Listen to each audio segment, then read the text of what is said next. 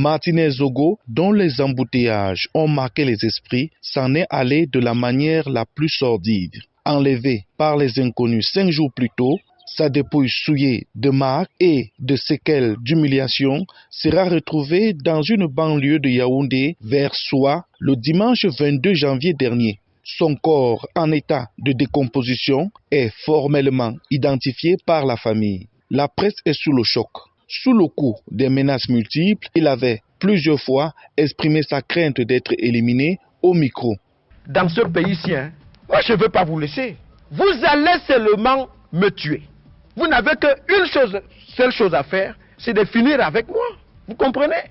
Dans quelques jours, je vais gâter le coin. C'est pas possible ça. Non, les documents si, on va voir ça dans ce pays. Les réactions fusent sur la toile sur ce crime odieux d'une gravité insoutenable. Les corporations de journalistes se mobilisent. Le gouvernement a réagi et certaines plumes prennent position.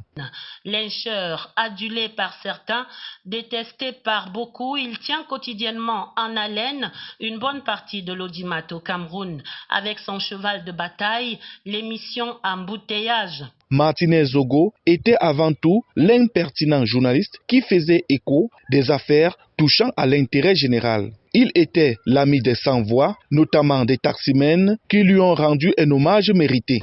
C'est lui qui l'a fait. Ce crime ne reste pas impuni. Tu as été le père des taximans.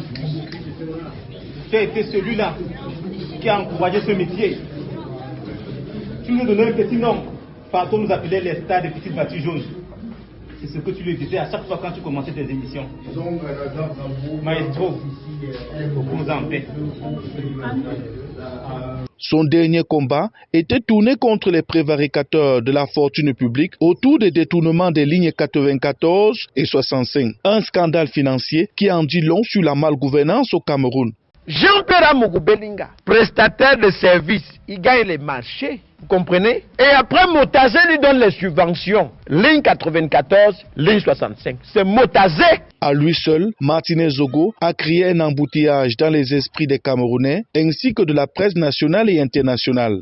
Chers frères et sœurs, sommes-nous encore dans un pays normal? Monsieur le Président de la République? Non.